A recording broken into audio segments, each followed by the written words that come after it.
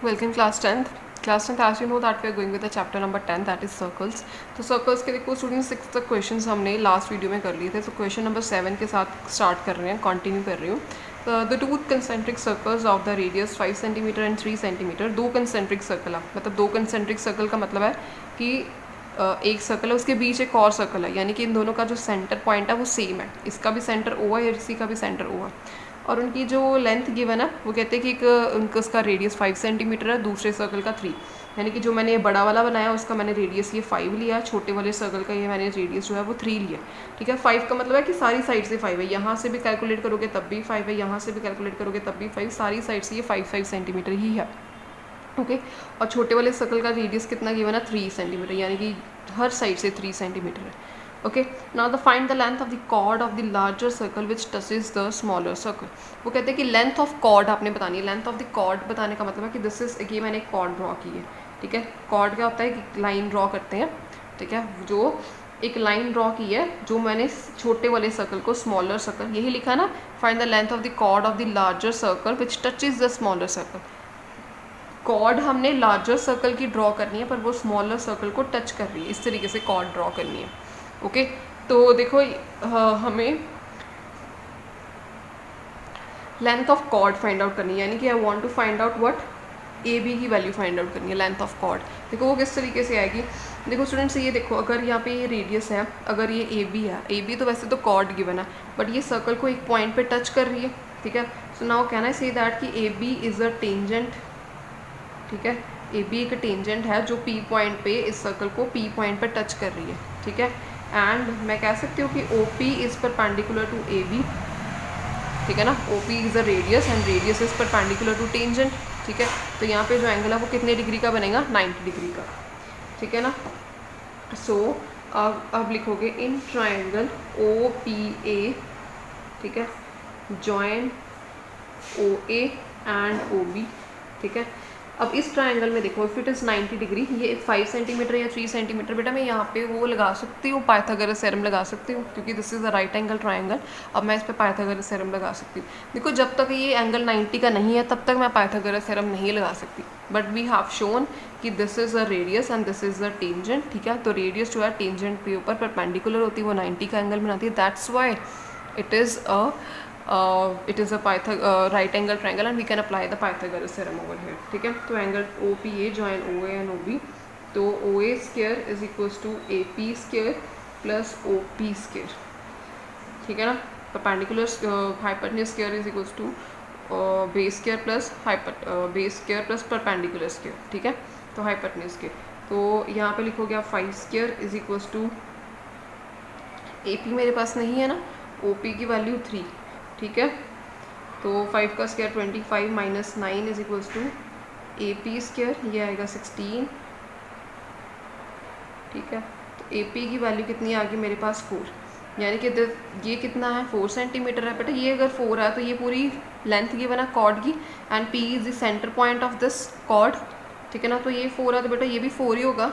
ठीक है ना, क्योंकि ये पी पॉइंट जो है एग्जैक्टली इस लाइन की हाफ पे है. ठीक है, हाफ पे क्यों है, बिकॉज ये आपको पता है कि सेंटर पॉइंट अगर एक कॉर्ड के ऊपर ड्रॉ करो तो सेंटर पॉइंट इस लाइन का हाफ होता है.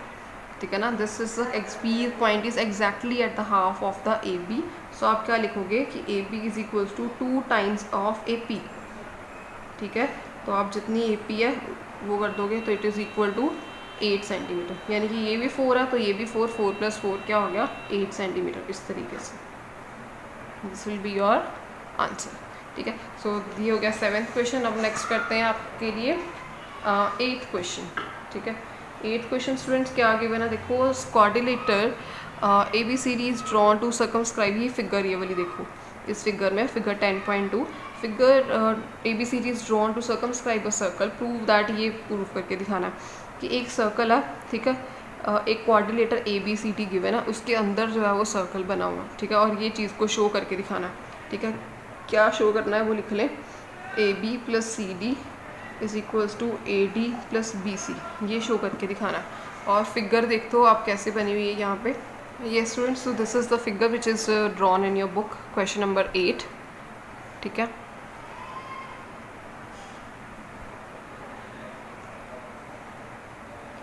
So next I am going to solve this question, ठीक है। कैसे सॉल्व करेंगे देखते हैं। हमने शो करके दिखाना है कि ये क्वाड्रिलेटर है, ठीक है। ABCD is quadrilateral over here, ठीक है। शो करके ये वाली चीज़ शो करके दिखानी है, ठीक है। क्वाड्रिलेटर के अंदर सर्कल बना हुआ है। देखो AB, BC, CD and DA are the sides of a quadrilateral, ठीक है। AB, BC, CD are the sides of a quadrilateral, ठीक है, जो कि सर्कल को P, Q, R और S पॉइंट पे टच कर रही है, ठीक है। इसी तरीके से आपको गिवन है फिगर इसी टाइप के गिवन है कि P, Q, R और S पॉइंट को सर्कल पे टच कर रही है, ठीक है। देखो स्टूडेंट्स, इफ़ अगर मैं यहाँ पे कहूँ कि if A is external point, मान लो कि if A is external point, A is the external point, ठीक है, तो आप कह सकते हो कि A से एक दो टेंजेंट यहाँ पे ड्रॉ हुई हैं, AP और AS, ठीक है, AP और AS। ये स्टूडेंट्स आप किस तरीके से लिख सकते हो, बिकॉज हमने कल की थी थ्योरम नंबर 10.2, हमने क्या की थी, उस पर हमने रिजल्ट पढ़ा था कि टेंजेंट ऑन द सर्कल, कि इस पर हमने रिजल्ट बेटा हमने पढ़ा था ये वाला रिजल्ट कि the length of the tangent, ठीक है, the length of the tangent drawn from external point, यहाँ पे एक्सटर्नल पॉइंट कौन सा है, A, external point A to circle are equal, मतलब एक एक्सटर्नल पॉइंट से जो दो आप टेंजेंट्स ड्रॉ करते हो उनकी लेंथ क्या होती है, इक्वल होती है। यानी कि अगर A से अगर आप P तक टेंजेंट ड्रॉ करोगे, S तक ड्रॉ करोगे, तो इन दोनों की लेंथ क्या होगी, इक्वल, ठीक है। तो आप ये रिजल्ट साइड पे आप लिखोगे, ठीक है, AP इक्वल टू AS। अगर यहाँ पे ऐसे ही आप सिमिलरली अगर आप B एक पॉइंट ले लो, B इज़ एक्सटर्नल पॉइंट, इससे दो टेंजेंट कौन सी ड्रॉ है, BQ एंड BP, तो आप यहाँ पे लिखोगे BP is equals to BQ। Reason same यहाँ पे कि ये क्या है, टेंजेंट फ्रॉम पॉइंट B, ठीक है। यहाँ पे देखो if this is a C point, C से CR एंड CQ दो टेंजेंट्स ड्रॉ हैं, तो आप क्या लिखोगे, CR is equals to CQ। आप यहाँ पे लिखोगे टेंजेंट फ्रॉम C, ठीक है। D is external point and then आप क्या लिखोगे, DR is equals to DS। तो आप यहाँ पे लिखोगे टेंजेंट फ्रॉम D, कि D से दो टेंजेंट ड्रॉ की, उनकी जो लेंथ है वो सेम है, ठीक है। हमें ये चीज़ प्रूव करके दिखानी है। देखो आप क्या करो, एडिंग लेफ्ट हैंड साइड और राइट हैंड साइड को अलग अलग से ऐड कर लो, एडिंग, ठीक है, एडिंग, ये 1 ले लो, ये 2 ले लो, ये 3, ये 4, ठीक है, 1 2 3 एंड 4 ऐड कर दो इनको, ठीक है। किस तरीके से ऐड करोगे, AP plus BP plus CR plus DR, ठीक है। इधर वाले मतलब राइट हैंड में ऐड करोगे और लेफ्ट हैंड में ऐड करोगे, ठीक है। सो देखो स्टूडेंट्स, कैन यू से दैट कि AP प्लस BP ये पूरा कंप्लीट AB बन रहा है, तो यहाँ पे आप लिख सकते हो इन दोनों को कि AB है। CR प्लस DR, ये देखो CR है और ये DR है, कंप्लीट कितना बन रहा है, CD, ठीक है। AS प्लस DS, ये और ये लो, AS प्लस DS क्या बन रहा है, AD। और अब आप ये दोनों ले लो, BQ प्लस CQ क्या बन रही है, BC, ठीक है। तो यही बेटा प्रूफ करना था, आ गया मेरे पास यही, ठीक है। बेसिकली आपने ये थ्योरम नंबर 10.2 को अभी आपने यहाँ पे यूज़ किया, उसके यूज़ के साथ आपने इसका जो है प्रूफ कर दिया, इसी तरीके से आप इसका प्रूफ करोगे, ठीक है। So next question is, so next is the 9th question and figure 10.13, मतलब ये वाली फिगर की बात कर रहे हैं। XY एंड XY डैश, ये वाली XY और XY डैश, ये दोनों लाइन्स ये क्या हैं, are the 2 parallel tangents to a circle. ये सर्कल गिवन है और ये दो क्या हैं, 2 parallel tangents, it is given to you and with circle centre O and another tangent AB, एक और टेंजेंट है ये वाली AB, ठीक है। एक सर्कल है, ये तो पैरेलल टेंजेंट्स है, एक और टेंजेंट ड्रॉ है AB, ठीक है, जो इस सर्कल को किस पॉइंट के ऊपर टच कर रही है, C पॉइंट पे टच कर रही है, point of contact is C, okay. And intersecting XY at A and X'Y dash at B, मतलब इस पॉइंट को A पे टच कर रही है, इसको B पे कर रही है, ओके।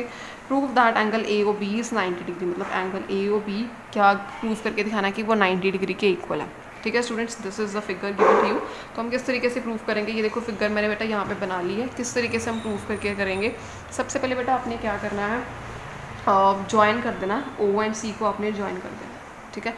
इसको मेथड क्या है करने का, एंगल ए ओ बी, हमारा मोटिव ये है कि एंगल ए ओ बी, जो ये वाला एंगल है ना ए ओ बी, इसको हम 90 डिग्री प्रूफ कर दें, ठीक है।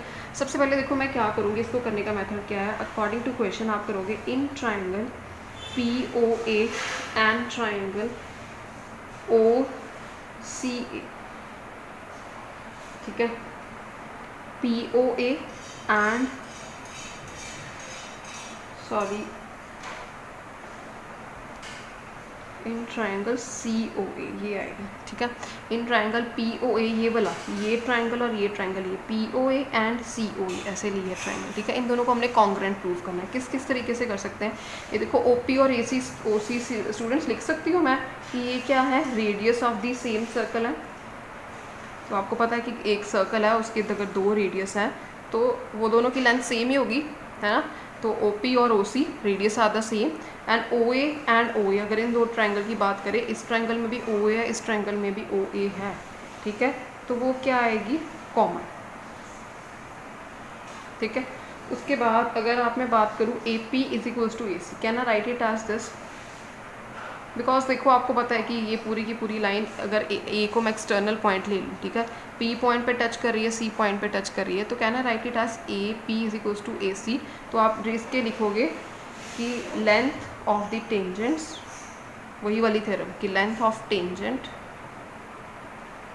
Drawn from external point is equal, ये मैंने कंसेप्ट लगाया यहाँ पे, ये आपका थ्योरम लगी, यानी कि A P is equals to A C, ठीक है। तो ये आपके पास होगी क्या, कौन सा रूल लगेगा, bye S S S congruence rule, ठीक है। आप क्या लिख सकते हो, ट्राइंगल ओ पी ए, ठीक है, is congruent to triangle O C A by S S S congruence rule, ठीक है। तो by C P C T से मैं क्या करने लगी हूँ, मैंने इनके ना 2 एंगल्स को इक्वल करने लगी हूँ, यानी कि angle P O A is equals to angle C O A, ठीक है, यानी कि ये वाला angle P O A is equals to C O A, ठीक है। इसको मैंने इक्वल कर दिया by C P C T, ठीक है, ये मैंने इक्वल कर दिया। तो ए इसको ले लो आप 1, ठीक है। इसके बाद नेक्स्ट क्या करेंगे, देखो सिमिलरली हम क्या करेंगे कि इसी तरीके से, अगर जैसे मैंने अभी इन 2 ट्राइंगल को प्रूव किया है कॉन्ग्रेंट, इसी तरीके से आप इन 2 ट्राइंगल को भी कॉन्ग्रेंट प्रूव कर सकते हो, ये वाली, ठीक है। पर हम उन्हें करके नहीं दिखाना, हमने पेपर में भी ऐसे ही लिखना है कि इन इफ ट्राइंगल सिमिलरली, ऐसे करके similarly triangle O Q B is also congruent to triangle O C B, ठीक है, यानी कि ये वाला ओ क्यू बी, ठीक है, ये वाला, और ये वाला O C B, this is also equal, ठीक है ना। तो अगर ये 2 ट्राइंगल इक्वल है तो इनके भी ये वाले सेंटर वाले एंगल क्यू ओ बी, यानी कि ये वाला angle Q O B centre वाला एंगल, और ये वाला B O C, it is also equal, ठीक है, by C P C T. Students आप समझ गए हो ना कि ये देखो हमने इन 2 ट्राइंगल्स को जैसे कॉन्ग्रेंट प्रूव किए, ये सारी चीज़ें प्रूव की, या फिर इसको कॉन्ग्रेंट लिखा है। सिमिलरली आप इसका भी लिख सकते हो, इन 2 ट्राइंगल्स को भी यही वाली सेम चीज़ें कि वो भी कॉमन है, ये रेडियस है, वो टेंजेंट ड्रॉ की हुई है, आप इसका भी लिख सकते हो सिमिलरली। बट हमने सारा कुछ हमने पूरा नहीं लिखना होता, हम ऐसे ही लिख देते हैं इसको शॉर्ट में कि इसी तरीके से, ठीक है। तो सी पी सी टी के अकॉर्डिंगली ये आ गया, this is the number 2। Now बच्चे देखो P Q is a diameter, ठीक है, P Q is a diameter of circle. तो आपको पता है कि सर्कल का डायमीटर है, उस पर कितने डिग्री का एंगल होता है। अगर मैं बोलूँ कि आपको ये सेंटर वाला कंप्लीट एंगल कितने डिग्री का, 180 डिग्री का, क्योंकि स्ट्रेट लाइन है, स्ट्रेट लाइन के ऊपर तो एंगल 180 डिग्री का होता है। तो कैन आई से दैट कि 1 2 3 4, इन 4 एंगल जो मेरे पास बन रहे हैं, इन चारों का सम जो है वो 180 के इक्वल आएगा, ठीक है ना। तो can I write it as कि पी ओ ए प्लस ये वाला ए ओ सी प्लस ये वाला C O B plus B O Q, ठीक है, which is equals to 180 degree, okay. Now P O A is what, ये देखो students P O ए सी O ए के equal ही है, ठीक है ना। तो यानी कि पी ओ ए सी ओ ए के इक्वल ही है, तो ये इसको मैं लिख सकती हूँ सी ओ ए प्लस, इसको भी स्टूडेंट सी ओ ए लिख लो, ए ओ सी सी ओ ए एक ही बात है, ये COB है, तो COB बच्चे QOB के इक्वल है, ठीक है। सो COB, ठीक है, BOQ, इसकी जगह पे भी मैं COB ही लिख सकती हूँ, ठीक है, इज इक्वल्स टू 180 डिग्री। तो आप यहाँ पे लिखोगे 2 times COA plus 2 times angle COB which is equal to 180 degree. तो 2 times angle COA plus angle COB is equals to 180 degree. तो angle COA plus angle COB is equals to 2 180 के साथ divide होगा जाके क्या बन जाएगा 90 डिग्री। तो ये देखो स्टूडेंट COA और COB, तो ये एंगल AOB नहीं बन रहा कंप्लीट, ठीक है ना। ये देखो COA plus COB complete angle, ये क्या बन रहा है, इसको मैं लिख सकती हूँ AOB, ठीक है ना। तो आप इन दोनों को कंबाइन करके क्या लिखोगे, angle AOB is equals to 90 degree. तो स्टूडेंट्स यही तो मुझे प्रूफ करना था, हो गया यहाँ पे प्रूफ, ठीक है। वेरी इजी क्वेश्चन, बहुत आराम से कर सकते हो, ऐसे करोगे ये 9th क्वेश्चन आप, ठीक है। So next question is question number 10. Prove that the angle between the two tangents drawn from an external point to a circle is supplementary to the angle subtended by line segment joining the point of contact at the center. देखो students क्या कहा गया है इसमें कि angle between the two tangent drawn from an external point, एक circle बनाते हैं, पहले फिगर बनाते हैं, ठीक है। देखो इस क्वेश्चन में क्या है कि figure is not given to you, तो आपको सबसे पहले तो फिगर बनानी आनी चाहिए, अकॉर्डिंग टू स्टेटमेंट को समझ के आपको फिगर बनानी आनी चाहिए, ठीक है। तो वो कैसे बना रहे हैं, देखो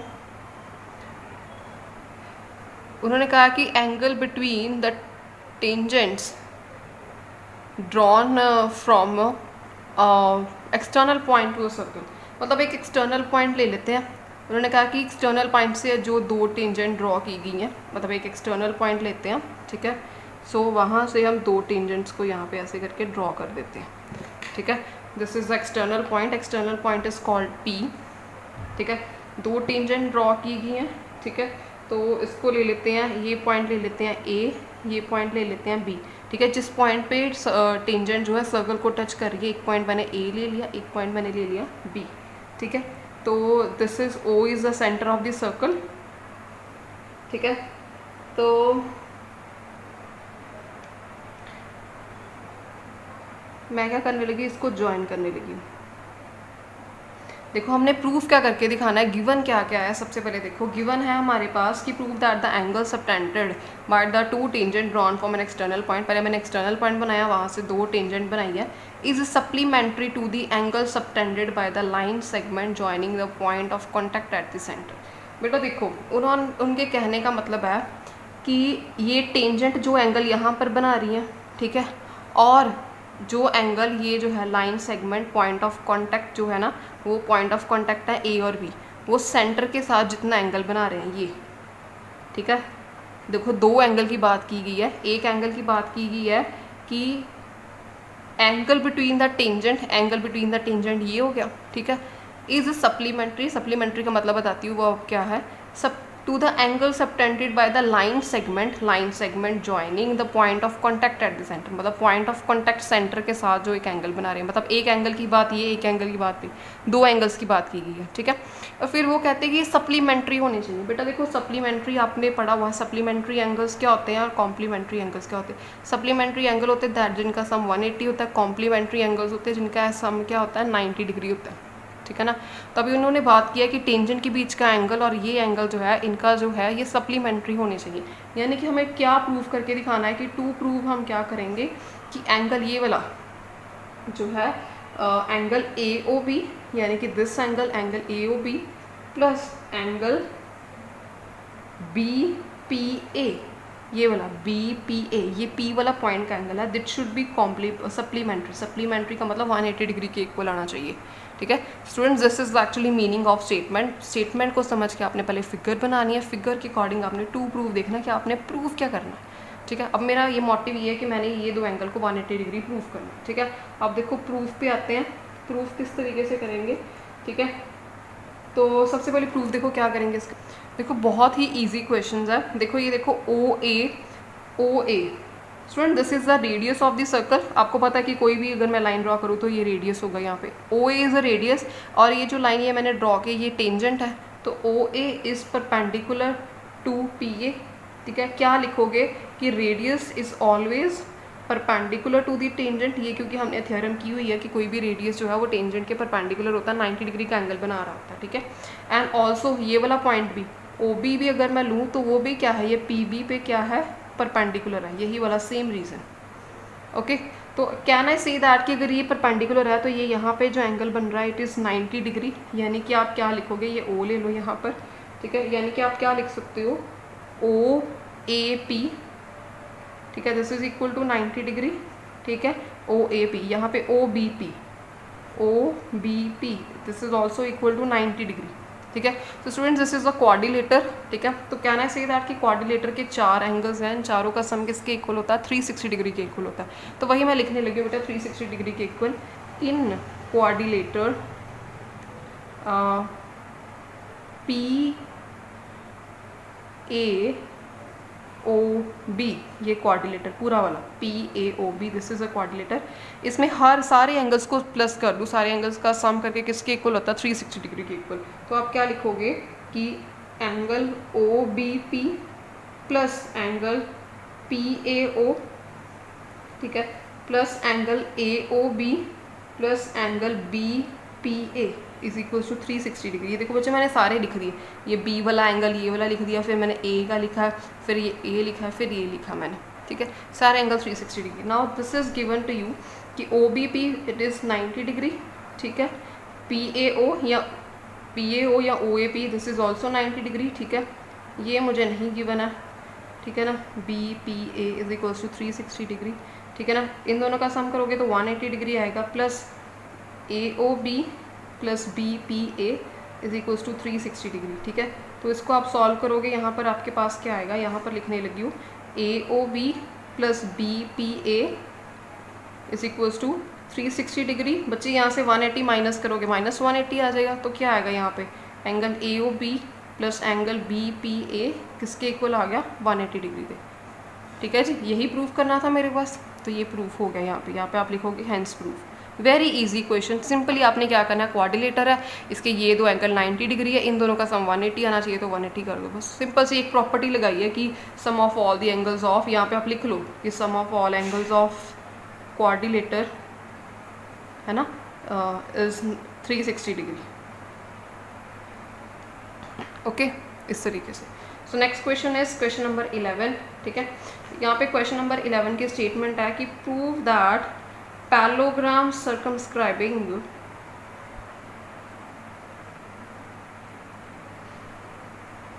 a circle is rhombus, ठीक है ना, ये इसकी स्टेटमेंट है।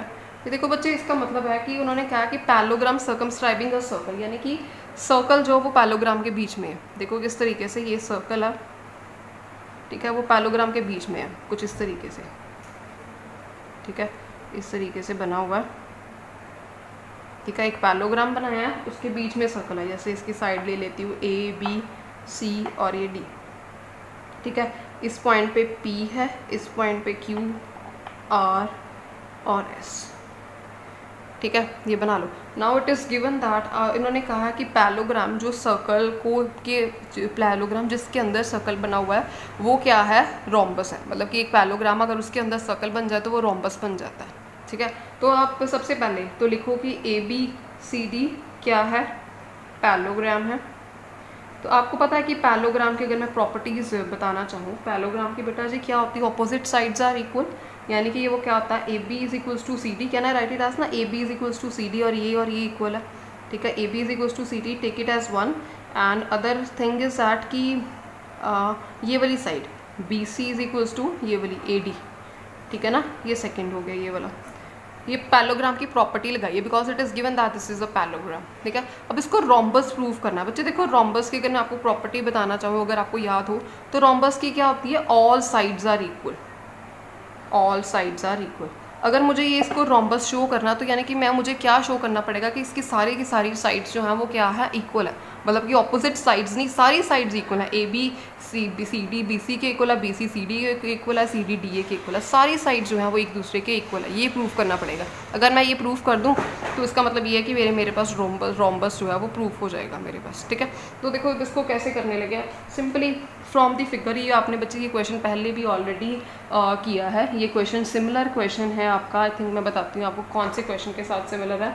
ये क्वेश्चन नंबर बच्चे 8 के साथ सिमिलर है ये वाला क्वेश्चन, ठीक है। उसी तरीके से फिर कंसेप्ट लगाएंगे।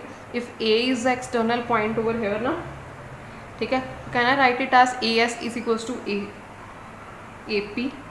तो आप क्या लिखोगे इस पर कि ए इज़ एक्सटर्नल पॉइंट, ठीक है। तो आप लिखोगे यहाँ पे tangent drawn from external point are equal, tangent drawn from external point are equal, okay, A S equal to A P. अगला आप करोगे D R is equals to D S, इसी तरीके से B P is equals to B Q, इसी तरीके से C R is equals to C Q, है ना। ये देखो C R equal to C Q, B पे करोगे B Q equal to B P, D पे करोगे D S equal to D R, ऐसे, ठीक है। तो वही मैंने लिख लिया सारी साइड्स को। अब वही करोगे, क्या करने लगी, इसको ऐड कर दो, एडिंग ये वाली साइड के साथ ऐड, ये वाली साइड के साथ ऐड करोगे। तो आप क्या लिखोगे ए एस, ठीक है, प्लस क्या लिखोगे आप A P plus D R, ठीक है, प्लस ये वाला B P plus C R, इसके साथ राइट साइड ऐसे भी ऐड कर लो, A S plus D S plus B Q plus C Q, ऐसे, okay. So A P plus ये वाला A P plus B P, ये देखो ए पी ये है, ठीक है, और बी पी ये है, पूरी साइड क्या बन गई ए बी, तो ये भी लिख दो। अब ये और ये D R plus C R, ये देखो D R plus C R पूरा ये कंप्लीट क्या बन गया मेरे पास सी डी, आप लिख दो C D is equals to, ये देखो A S plus D S क्या बन गई, A S plus D S पूरी कंप्लीट क्या बन गई A D, okay. B Q plus C Q, B Q plus C Q ये क्या बन गई, पूरी बी सी बन गई, ठीक है। पर अब ये देखो बेटा यहाँ पे फ्रॉम 1 and 2 अगर मैं यहाँ पर लिखूँ फ्रॉम 1 and 2 इफ़ आई से, ठीक है ना बेटा। देखो ए बी जो है वो सी डी के इक्वल है, देखो यहाँ पे मैं लिख सकती हूँ ए बी, सी डी की जगह पे भी ए बी लिख दूँ बिकॉज बोथ आर इक्वल। यहाँ पे देखो यहाँ पर देखो मेरे पास बी सी जो है वो ए डी के इक्वल है, ठीक है ना, बी सी जो है वो ए डी के इक्वल है। तो क्या मैं लिख सकती हूँ ए डी की जगह पे बी सी लिख सकती हूँ। तो यहाँ पे लिखोगे 2ab is equals to 2 times B C, ये 2 और 2 कैंसिल, यानी कि ए बी क्या होगी, बी सी के इक्वल हो गया, ठीक है। तो देखो मेरी बात सुनो, ए बी अगर बी सी के इक्वल है, ठीक है ना, ए बी अगर बी सी के इक्वल है तो देखो ए बी सी डी के भी इक्वल है, ठीक है। फिर सी डी जो है ये देखो अब ना ये चारों साइड्स इक्वल आ रही हैं, अब थोड़ा सा समझने की ज़रूरत है। ए बी अगर बी सी के इक्वल है, ए बी, ठीक है, ए बी अगर बी सी के इक्वल है, ठीक है, तो और ए बी और किसके इक्वल है, सी डी के भी तो इक्वल है, और यहाँ पे बी सी किसके इक्वल है, ए डी के इक्वल है, ठीक है ना। इसी तरीके से आप कह सकते हो कि ये चारों साइड्स जो हैं वो एक दूसरे के इक्वल हो गई हैं, ठीक है ना। In this way we can say that कि सारी साइड्स जो हैं A B is equals to B C is equals to C D is equals to D A. तो इसलिए हम क्या कह सकते हैं, A B C D is a rhombus, all the 4 sides are equal, so A B C D is a rhombus, hence proved. ये हो गया यहाँ पे, इस तरीके से करोगे, ठीक है। So next question is